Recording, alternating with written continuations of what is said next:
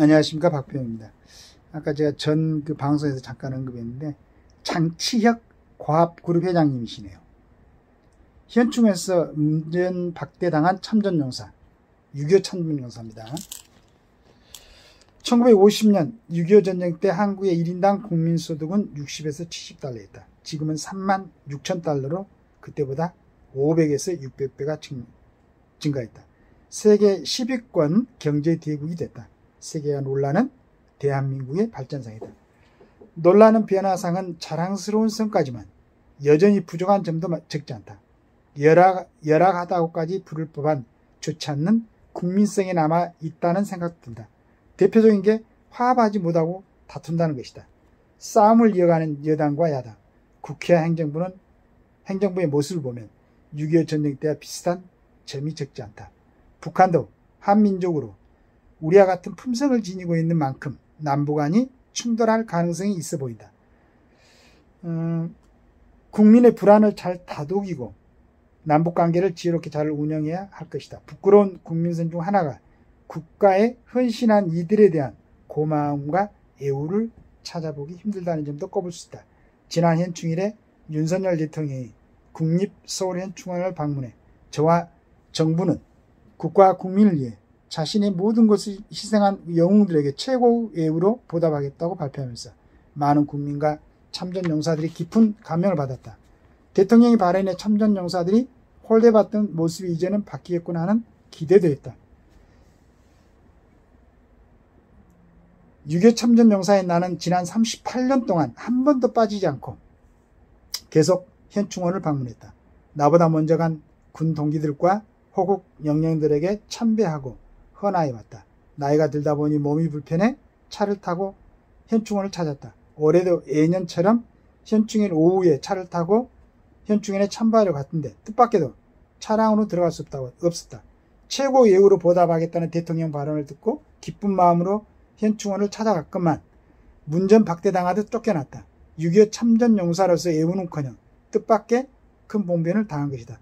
저는 이걸 읽어보면서 올해도 예년처럼 현충일 오후에 차를 타고 현충일에 참배를 갔었는데 그랬단 말이에요. 그러니까 작년에도 차로 가고 그 전에도 가셨던 모양이에요. 이분이 이제 6.25 참전용사면 연세가 어떻게 되시겠습니까? 거의 뭐 90이 가까워지죠. 그런데 거절했다는 얘기예요. 현충원은 정치인들이 보여주기식 무대로 전락할 장소가 아니다. 그렇죠. 저도 아까 잠깐 언급했지만은 실은 지금 정치인들 중에서 군대 안 갔다 온 사람들 많습니다. 그것도 꼭 정말로 누구나 다 인정할 수 있는 그런 조건이 아니고 여러 가지 핑계로 주변에 어떤 걸 이용해 가지고 안 간 사람들 많죠. 그런 사람들이 진짜 충심으로 6.25 때 돌아가신 분들, 그 얼람전에 참전했던 분들, 이런 분들을 길로 현충원에 가겠어요? 그냥 보여주는 거지. 저기 지금 양산이라든가 어디입니까? 뭐 어디 가서 전직 대통령들 또 인사하듯이. 그런데 진짜로 6.25 때 참전하고 그것도 38년간 하루도 빼놓지 않고 다니시고 그걸 가는 사람을 막았다는 게 이게 얼마나 우습습니까?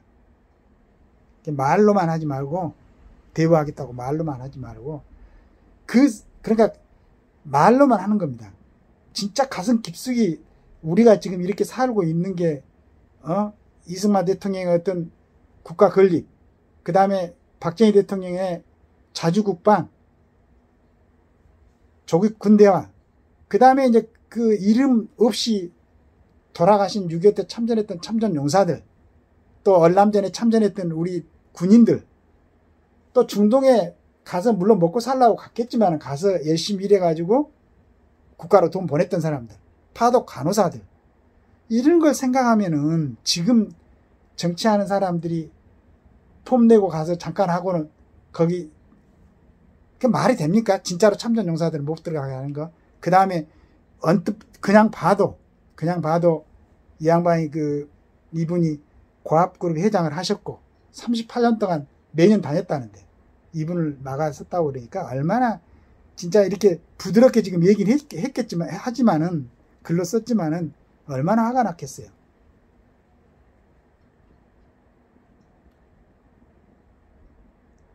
오전 행사에는 애우하겠다고 해놓고 오후에는 참전용사가 참배를 못한 채 쫓겨나는 게 현실이다. 이런 상황에서 어떻게 지도자들의 말이 신뢰를 얻을 수 있겠나. 물론 대통령이 시시콜콜한 실무를 알 수 없을 것이다. 대통령께 누가 되지 않도록 보좌진이 지혜롭게 처리했어야 하는 문제다. 그러면도 우리 과학구리 회장님께서는 또 대통령이 조금 누가 될까 해서 이렇게 지금 말을 바꿔서 표현을 했습니다. 내가 고교 1학년 때 6.25 전쟁이 일어났다. 탱크를 앞세우고 남침을 감행한 북한군은 개전 3일 만에 서울을 점령했다. 용산고로 등교하는 길에 북한군 탱크와 마주친 때를 떠올리면 지금도 등골이 서늘하다. 자, 이런 6.25 참전한 분들의 이런 분들도 있는데 지금 어떤 친구들은 6.25를 갖다 얘기하면서 남북 간에 조금만 교전이 왔다 갔다 하다가 전쟁이 일어났다. 이렇게 지금 역사를 가리키는 일타 강사들이라고 그러던가. 그런데 초등학교 교사들, 중학교 교사들 중에서 있나 봐. 근데 왜 그 사람들을 걸러내지 않는 거야? 국가에서. 그 말이 됩니까? 아니, 실전에 참전한 사람들이 있어가지고, 그리고 말도 안 되지. 남침한 거 맞잖아, 그거. 써내나, 그런 기록에 다 나온다고 그러는데. 그런데 지금도 어중간하게 서로 38선에서 교전하다가 일어났다. 이렇게 가르치는 사람들이 있나 봐. 이거 빨리 좀 확인해가지고, 이런 말로 학생들을 갖다가 역사관을 헝클어 놓은 이런 사람들을 빨리빨리 잡아내야지. 그리고 그 사람이 만약에 학교 선생이었으면 선생 동안, 재직했던 동안에 나갔던 거 전부 다 환수해야지. 좋은 교육을 시키려고 선생으로 임용해놓고 돈 주고 학생들을 가르치라고 그러니까 학생들한테 6.25가 남침인지 북침인지 구분 못하게 가르쳐 놓으면 그 말이 되냐 이거예요. 그런데 그 이후로 보수 정권들이 얼마나 많이 있었는데 이런 거 하나 정리 못하고 지금도 있냐 이거지.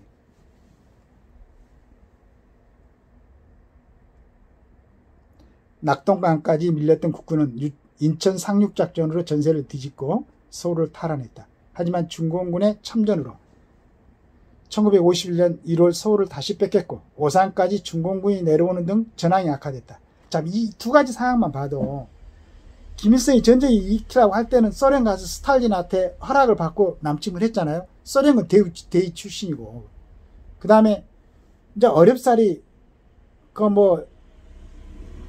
낙동강 정선까지 밀려갔다가 그 유엔군의 참전, 그 다음에 메가더 장군의 인천 상륙작전 이렇게 해가지고 힘겹게 압록강까지 올라가고 그때 기록을 보면은 우리 군인들이 압록강에서 물을 받아서 수통에 담았다고 하더만.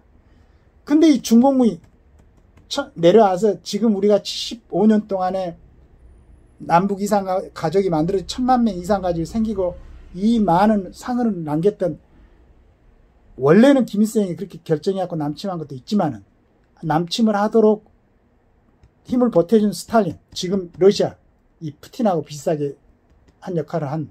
그 다음에 중공, 지금 중국. 근데 중국의 쎄쎄하고 이런 발언하는 지도자들도 있는데 이런 걸 기억해야지. 기억해야 됩니다. 그래서 제가 항상 얘기했듯이 이제는 우리도 공격을 하려고 하는 게 아니고 정말로 생존을 위해서 핵무기를 자체로 보유해야 된다. 이렇게 주장하고 싶습니다. 중공군이 오산까지 닥쳤을 때 1951년 1월 14일 장교를 육성하는 육군종합학교 당시 경쟁률 12대1. 내는 이걸 보고 정말로 놀랐어요. 51년 1월 14일 일사후퇴로 다시 이제 내려올 때는 그러니까 1월 4일날 일사후퇴가 시작된 내렸잖아요. 그때 군대를 지원에 들어갔어요.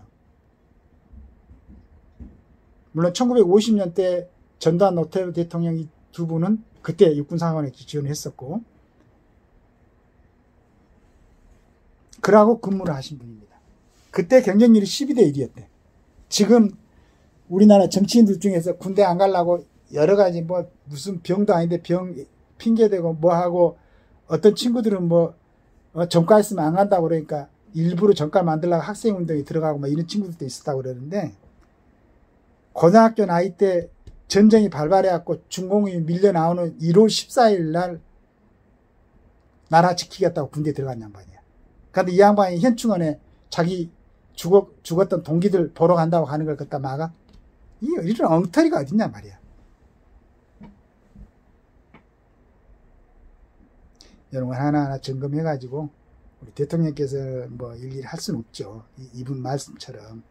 그럼 국무총리가 아니면은 그걸 어디에서 관리한가 모르도 해당되는 어떤 장관이라도 신경을 써가지고 우리 6.25 참전 용사, 그 다음에 월남전에 갔다 오신 분들, 이분들은 어디서나 국가의 어떤 그런 게 있으면은 대우받을 수 있도록, 이래야 나중에 문제가 있으면 또 군인들이 국가를 위해서 목숨을 버리려고 그런 각오를 하지. 이렇게 안 해주는데 누가 하겠어.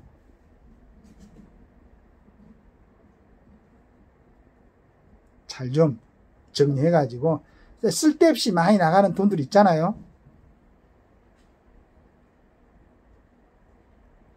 그런 돈들을 국가를 위해서 헌신했던 분들한테는 잊어버리지 말고, 그 덕분에 우리 살고 있는 거 아니겠어요? 그 덕분에. 이게 참 놀랄 일이네. 다시 한번 말씀드리자면 51년 1월 14일 1.4 후퇴로 인해서 중공군이 내려갖고 지금 밀리고 있는 상황에서 군대에 갔다. 고등학생인데 2학년 때는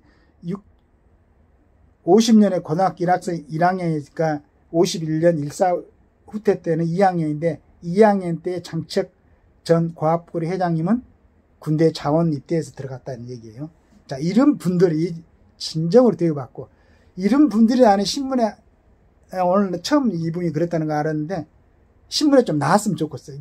진짜 막 욕하고 싶은 그런 그 사람들 나와서 활개치는 거 하지 말고, 좋은 이런 분들 모셔가지고 방송에서 얘기 좀 듣고 신문에 좀 내놓고 인터뷰도 이런 분들하고 하고, 무슨 말도 안 되는 소리들 해가지고 어렵게 이루어놓은 이 대한민국을 갖다가 헝클어뜨리고 무너뜨리라는 그런 얘들 방송에 내보내가지고 정말로 들어보면 말도 안 되는 소리들을 하면서 민심을 어리저피는 그런 방송 말고 일주일에 내지는 하루에 1시간씩이라도 해야 되지 않겠어요? 공영방송에서. 감사합니다.